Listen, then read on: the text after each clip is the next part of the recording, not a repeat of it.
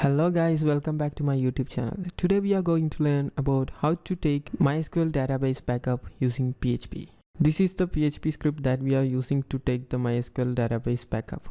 You can download the source code from the link given in the video description. Now we want to go to the database section. For that, type localhost, then PHpMyAdmin. Now we want to select the database that we want to take backup. Here I am taking the backup of restore_database backup. So we selected the database we need to take backup. Now go back to the programming section.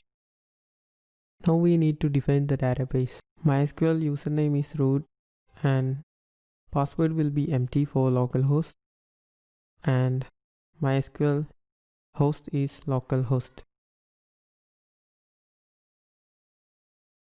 The database name restore_database, it's already defined here. It's the same restore_database. Now we need to define the tables that we need to take backup. Here we are going to take the persons table from under restore database. We can define the table name persons on the tables array. If we have multiple tables, then we can do like the following.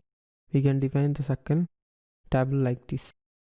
Currently I do not have any secondary table to take backup. Now I am taking only the backup of table person.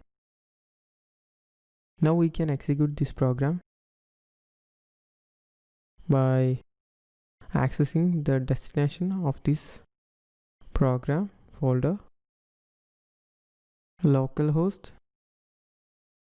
then backup_database. So we can see the file, the program file. Click on the program file and it will download the latest backup of restore database. Click on the file and choose an editor to open the file, and we can see all the queries are backupped. You guys can use this PHP program to backup your website database. You can put cron job on server to run auto backup. Thank you for watching the video. I hope you guys like it. Please press like button if you like the video. Once again, thank you.